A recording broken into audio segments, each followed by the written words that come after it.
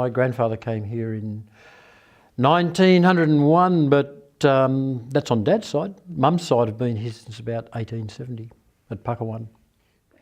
Initially, I was a clever little boy at school, the dux of the school, and go off to university and do an honours degree. And life could have been straightforward, but it wasn't. I went in the army. And you learn straight away what's useful and what's not. Kapooka's a wake-up call. You get there and you think you can handle the world and you can do things, and you find there's a whole skill set that you didn't even know about, that blokes who you didn't consider very much can do so much better than you can. The thing that weighs on my mind to this day is that I made a lot of Vietnamese friends over there, and I feel like we deserted them. I feel like we came home in 1972 and just left them hanging out to dry. I've taught kids who've gone to Afghanistan and Iraq, and I've talked to them when they've come back. And I think if anything, life's a bit harder for them than it was for us. The public are more on the side of the soldiers these days. We had a pretty rotten time when we came back, but I think they've had the problem of going to a war zone and dropping in and out of it, and going for 6 months, coming home, going for 6 months, coming home. And I think psychologically, I don't know how I would have handled that. I joined as a Rio to 6RAR, a reinforcement. They'd already been there 3 months. So when they were due to come home, I'd only served 9 months in Vietnam.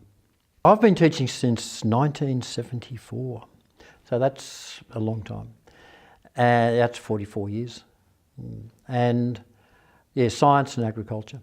Initially in Temora, I was bumming around the world still wanting to, because of the work I'd done in Vietnam, I was going to join Food and Agricultural Organisation of the United Nations and do great things all over the planet, I thought.